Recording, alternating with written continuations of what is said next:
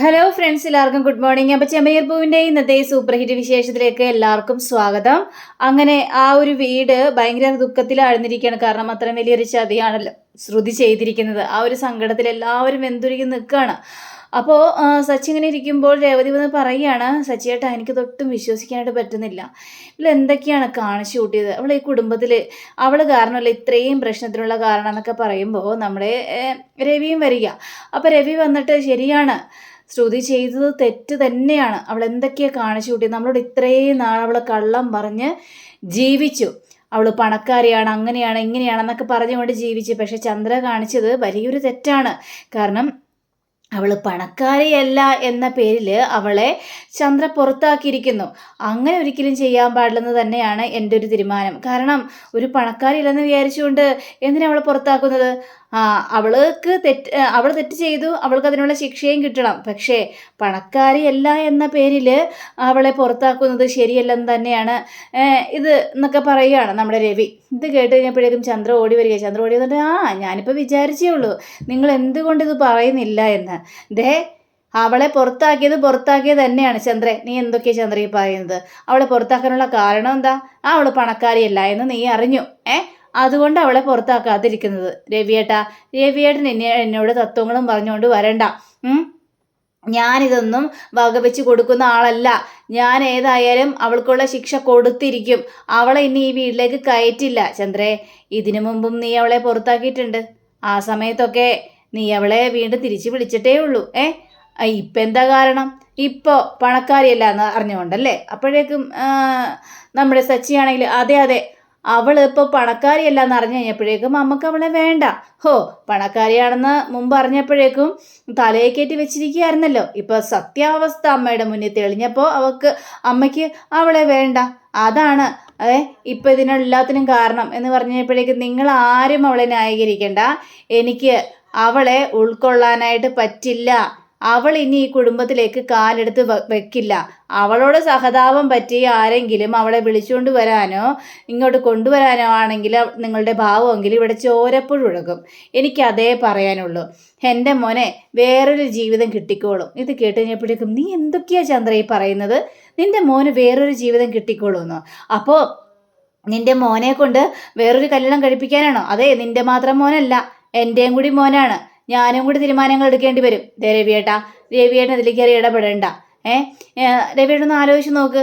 അവൾ ഇവിടെ നിന്ന് ഇറങ്ങിപ്പോയി കഴിഞ്ഞപ്പോഴേക്കും ശ്രുതി പറഞ്ഞോ, അയ്യോ അങ്ങനെ ചെയ്യല്ലേ അമ്മേ, അവൾ എങ്ങോട്ടും വിടണ്ട എന്ന് പറഞ്ഞില്ലല്ലോ. അപ്പം അതിനർത്ഥമേ അവനും അവളെ വേണ്ട എന്ന് തന്നെയാ. അത്രയും കള്ളം പറഞ്ഞപ്പോൾ എൻ്റെ മോൻ്റെ മനസ്സേ അത്രയ്ക്ക് ഉരുകി. അതുകൊണ്ടാ അങ്ങനെ മിണ്ടാതെ അവൻ മാറി നിന്നത്. അതുകൊണ്ട് തന്നെ ഇനി അവൻ്റെ ജീവിതത്തിൽ അവൾ വേണ്ടാന്നേ. അവന് സന്തോഷ സമാധാനം കൊടുക്കുന്ന ഒരു പെണ്ണിനെ ഞാൻ കണ്ടെത്തിക്കോളാം. എന്നിട്ട് അവനെ കൊണ്ട് കല്യാണം കഴിപ്പിച്ചോളാം. നിങ്ങൾ സഹതാപം പറ്റി അവളെയും കൂട്ടിക്കൊണ്ട് ഇങ്ങോട്ട് വരണ്ട. ഞാൻ അതിന് സമ്മതിക്കത്തുമില്ല. മനസ്സിലായല്ലോ എന്നും പറഞ്ഞുകൊണ്ട് വിടുക. അപ്പോഴേക്കും ഇവരൊക്കെ എന്ത് വിചാരിക്കണത്? എന്താണ് ഇവൾ എത്ര കിട്ടിയാലും പഠിക്കില്ല കേട്ടോ. എന്ത് ചെയ്യാനാണ് ഇപ്പോൾ? എന്ത് ചെയ്യാനായിട്ട് പറ്റുമെന്നൊക്കെ ഇങ്ങനെ ചോദിച്ചുകൊണ്ടിരിക്കുക സച്ചിയും രേവതിയൊക്കെ. ഇതേ സമയം തന്നെ നമ്മുടെ ശ്രുതിയെ കാണിക്കുകയാണ്. അപ്പോൾ ശ്രുതി ആണെങ്കിൽ സെറ്റിൽ ഇങ്ങനെ എന്തൊക്കെയോ ആലോചിച്ചുകൊണ്ടിരിക്കുക. അപ്പോൾ മീര വന്നിട്ട് അതെ എടി ഭക്ഷണം കഴിക്കാനായിട്ട് വാ എന്ന് പറഞ്ഞപ്പോഴേക്കും എനിക്കിപ്പോൾ വേണ്ട എന്ന് പറയുകയാണ്. ഇത് കേട്ട് കഴിഞ്ഞപ്പോഴേക്കും നീ ഇങ്ങനെ ഭക്ഷണം കഴിക്കാതെ കരഞ്ഞ് കണ്ണീര് ഒലിപ്പിച്ചിരുന്ന് കഴിഞ്ഞിട്ടുണ്ടെങ്കിൽ നിന്നെ അവർ വന്ന് തിരിച്ചു വിളിക്കുമെന്നാണോ? ഒരിക്കലും ഇല്ല. നിന്നെ അവർ തിരിച്ചു വിളിക്കാനൊന്നും പോകുന്നില്ല എൻ്റെ ശ്രുതി. നീ അതുകൊണ്ട് ഭക്ഷണം കഴിക്കാതെ ഇവിടെ ഇരുന്നിട്ട് ഒരു കാര്യമില്ല. അയ്യടാ, അതിനും ഭക്ഷണം കഴിക്കാതിരിക്കുന്നതെന്ന് ആരും പറഞ്ഞു? ഞാൻ ഭക്ഷണം കഴിക്കും. എനിക്ക് ഇപ്പം വേണ്ടെന്നാ പറഞ്ഞത്. ഞാൻ പിന്നീട് എടുത്ത് കഴിച്ചോളാം എന്ന് പറയാണ്. അത് ശരി, നീ പിന്നീട് എടുത്ത് കഴിക്കേണ്ടെന്ന് ഇപ്പോൾ വന്നാൽ എന്താണ് പ്രശ്നം? അതെ, നിങ്ങളുടെ മനസ്സിലൊക്കെ ഒരു വിചാരമുണ്ട്.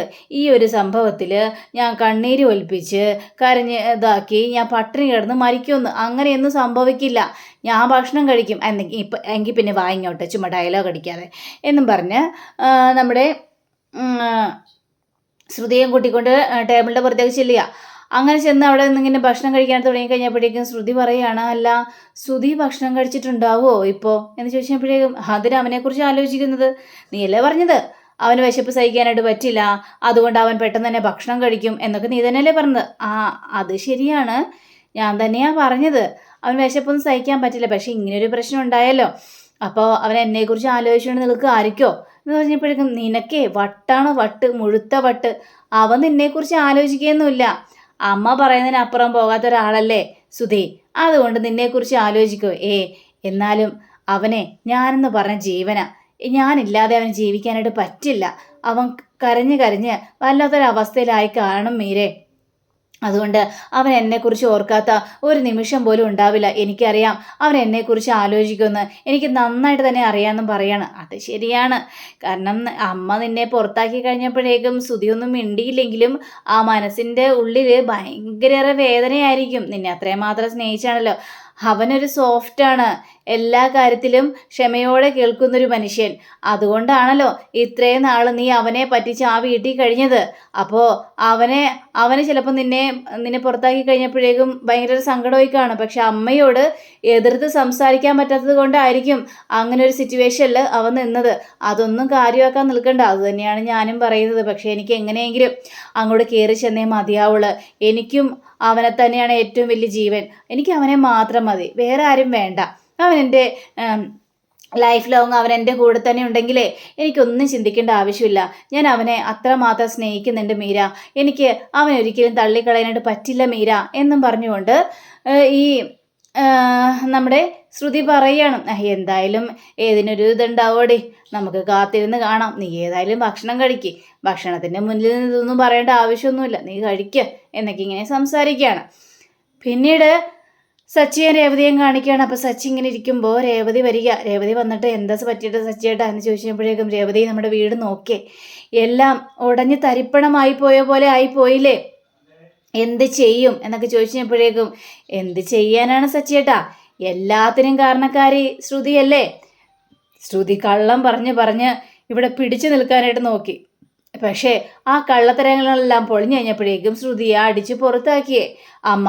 അപ്പം പിന്നെ നമുക്ക് എന്തെങ്കിലും പറയാനായിട്ട് പറ്റുമോ? എനിക്ക് അവൾ വന്ന് കയറിയപ്പോൾ തന്നെ എനിക്കറിയാമായിരുന്നു അവളുടെ രീതിയിൽ ഭയങ്കര കള്ളത്തരം ഉണ്ടെന്ന്. പക്ഷെ എനിക്ക് ശ്രുതിയുടെ കാര്യം ആലോചിക്കുമ്പോഴാണ് ആകെ സങ്കടം.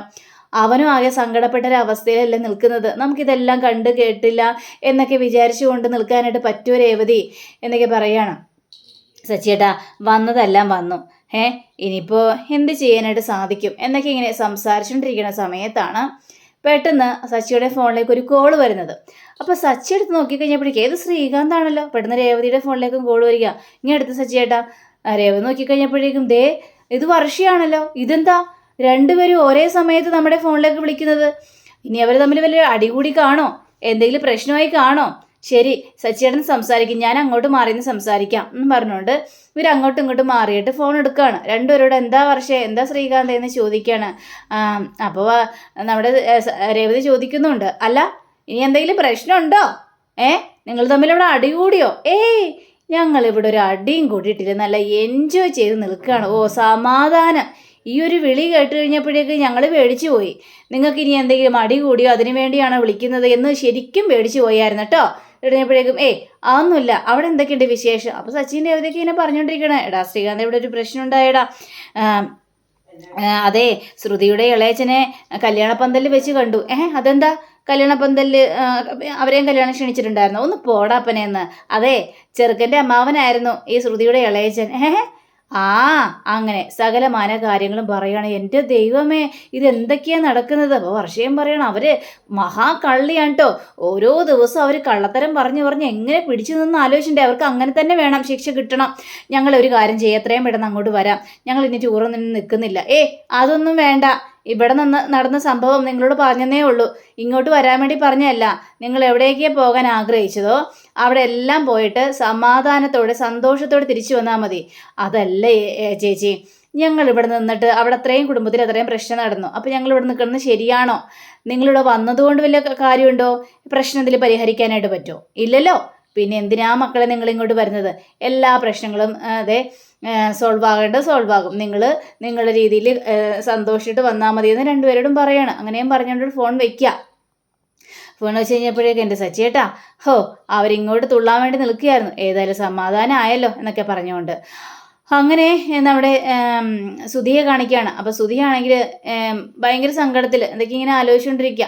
അപ്പോൾ സച്ചി വന്നു കഴിഞ്ഞപ്പോഴേക്കും സുധി അവിടെ നിന്ന് ചാടി എണീക്കുകയാണ്. എടാ സുധി, നീ ഇങ്ങനെ സങ്കടപ്പെട്ടിരുന്നിട്ട് കാര്യമുണ്ടോടാ എന്നൊക്കെ ചോദിച്ചപ്പോഴേക്കും എന്ത് ചെയ്യാനാണ്, അവളുടെ ഭാഗത്തുനിന്ന് അങ്ങനെ ഒരു ഇതുണ്ടാവുമെന്ന് ഞാൻ ഒരിക്കലും പ്രതീക്ഷിച്ചില്ല. ഒരുപാട് ഞാൻ വിശ്വസിച്ചിരുന്നു. എടാ, നീ കല്യാണം കഴിച്ച് അവളെ ഈ വീട്ടിലേക്ക് കൊണ്ടുവന്നപ്പോൾ തന്നെ എനിക്ക് അവളുടെ സംശയം ഉണ്ടായിരുന്നു.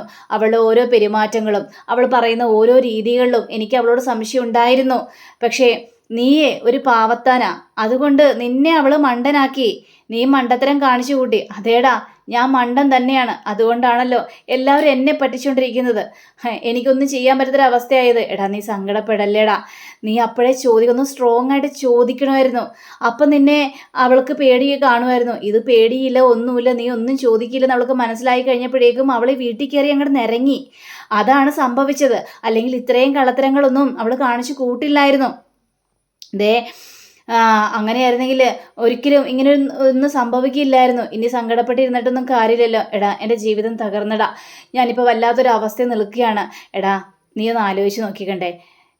അമ്മ പല പ്രാവശ്യം പറയുമായിരുന്നു, സച്ചിയോട് മിണ്ടണ്ട, സച്ചിയോട് മിണ്ടിക്കഴിഞ്ഞാൽ ചീത്തായി പോകും, അങ്ങനെയാണ് ഇങ്ങനെയാണെന്നൊക്കെ. എന്നാലും നമ്മളെന്താ മിണ്ടാറില്ലേ? അമ്മയെ കാണാതെ എവിടെയെങ്കിലും പോയിരുന്ന് സംസാരിക്കാറില്ലേ കുറേ കാര്യങ്ങളൊക്കെ? അതേപോലെ തന്നെ എടാ, നീ എൻ്റെ കൂടപ്പിറപ്പല്ലേ, എൻ്റെ ചോരയല്ലേടാ നീ.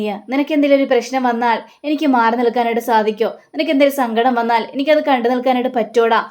നമ്മൾ ഒന്നല്ലേടാ, എന്ത് പ്രശ്നത്തിനും ഏത് പ്രശ്നത്തിനും കൂടെ നിൽക്കൂടാ ഞാൻ എന്നിങ്ങനെ പറഞ്ഞുകൊണ്ട് ഇവരിങ്ങനെ കെട്ടിപ്പിടിച്ച് സങ്കടം പ്രകടിപ്പിക്കുകയാണ്.